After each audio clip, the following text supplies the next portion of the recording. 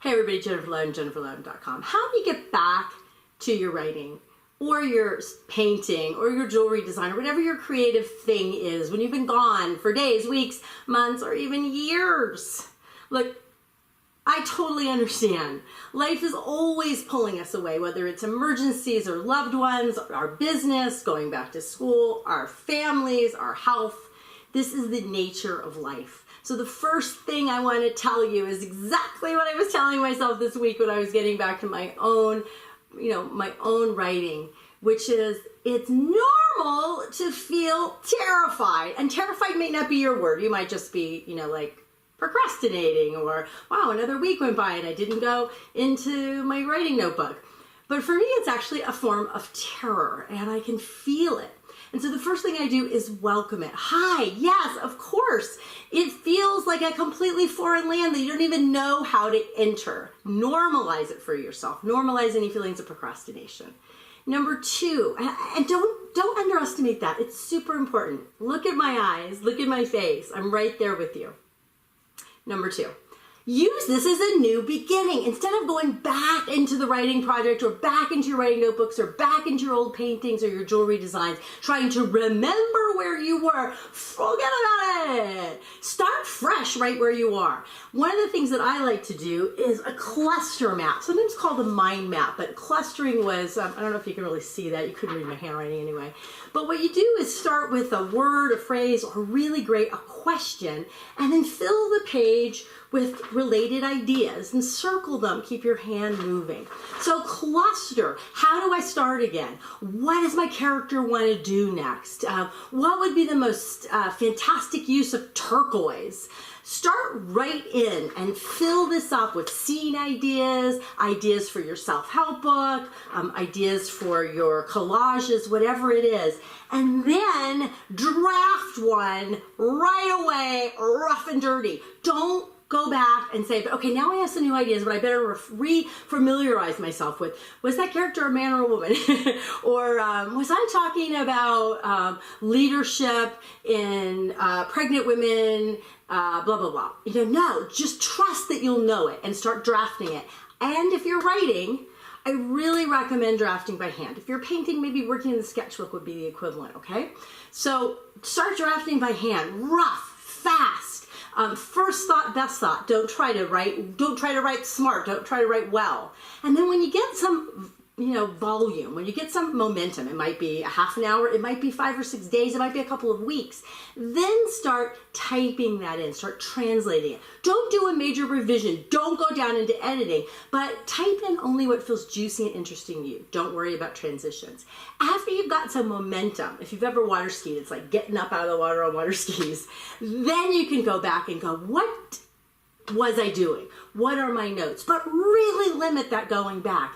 So much of a way that we make ourselves feel safe when we're beginning again into our creative project, into our writing project, into our book, is to think, I gotta remember everything I knew before. You know so much more than you think. As you're gathering momentum in your writing practice, in your book, in your creative practice, make sure that every day, even if you've gone back in and worked for 5 minutes only, I'll talk about that in a second, to leave yourself what I call breadcrumbs. You've probably heard me mention this before. If you've taken a retreat from me, you've heard me mention it ad nauseum. And that is, leave yourself a place to start tomorrow. Don't make it like you have to get up on the skis all over again. Give yourself an easy place, clear place to start. Only has to be clear to you. So for instance, my breadcrumb from my writing practice this morning working on my book was write out of order, write the ping pong scene. Nobody else is going to know what that means, but I know what it means, right? And so I know where to start tomorrow. I don't have to go back and sort of re-up the motor. Don't try to start with a big swath of time.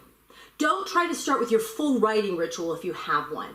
Don't try to start with, hours of writing time, unless you want to, in which case disregard my words always.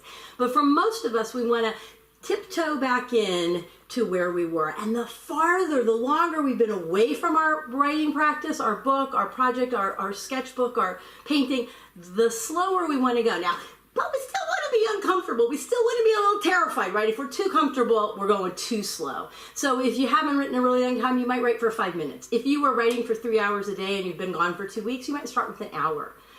So adjust to what feels edgy to you, uncomfortable, but not so terrifying that you just shut down.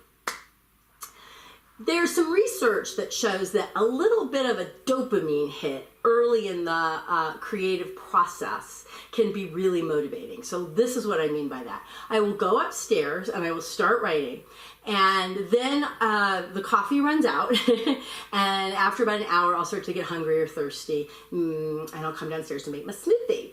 And that's when I'll do something. I have a laptop downstairs and a big desktop in my office upstairs, and I'll do something very specific, very small, very non-rabbity hole on my to-do list. So today it might have been call the doc to find out where to get a mammogram. I've never gotten a mammogram since I've lived here. So it's very specific. Call the doc, get the mammogram place. Not then call the mammogram place. But just that little thing, that little discrete item on your to-do list gives you a little hit of dopamine and makes you go, yeah, I got this. And then I take my smoothie back to the office and I start right back in. So that can be a great way to get those neurotransmitters firing on your behalf. Gosh. In the afternoon, in the evening, when you have some downtime, but you don't really feel like working because you worked in whatever your time is, late at night, early in the morning. I'm an early in the morning writer. Give yourself a little bit of study time. Because part of what happens when we're away from our writing, when we're away from our ideas, when we're away from our creativity, is we forget what we know. And when we can do a little bit of in-depth, like say close reading, for something that's bugging us, for something that our critic is nattering on about, so maybe that looks like 15 minutes, a half an hour on the couch after dinner, reading really closely. How does Terry Tempest Williams in Refuge, her memoir, weave in scenes with research about the nuclear testing sites? Like, let me find a few examples and really break it down, make some notes, copy out some sentences. So let yourself remember that you can learn, especially the things that your critic might be saying. You can't do that. You never knew how to do that. It'll both remind you and, of course, teach you new things. Last thing, have a buddy to reach out to when you're beginning again. Why do we insist on doing stuff alone? Scary shit should not be done alone. We are pack animals. We're tribal. I call my friend Lisa, incredible Lisa Jones, author of Broken, a love story. Have a friend, have a few study buddies, right? Have community. Reach out to people. They're around you. Hey, and maybe they're not a writer. Maybe they're a jewelry designer, or maybe they're someone who dances in those silks, an aerialist. But they know the creative process. And you say, I'm starting again and I'm scared. You don't need to fix me. You don't need to save me. I just need to tell you I'm going in, and I'm going to text you or call you or email you when I come out. Do that until you feel like you can believe in yourself again. All right? Look. Beginning again is what creative people do. We stop, we start. There's nothing wrong with you. You haven't done anything wrong. So put that aside. And feeling procrastination, oh God, beginning time, it's always slower and harder. Normalize it for yourself. Normalize it. Connect with someone else. Make it small. Don't worry about going back over notes or going back to the beginning of your project. Don't do that. Just jump in somewhere, maybe with a cluster map, some free writes, start generating some material. You'll feel that delight, that glow, that feeling of keeping promises to yourself again, and that will begin to build you right back to where you were and beyond. Thanks for listening.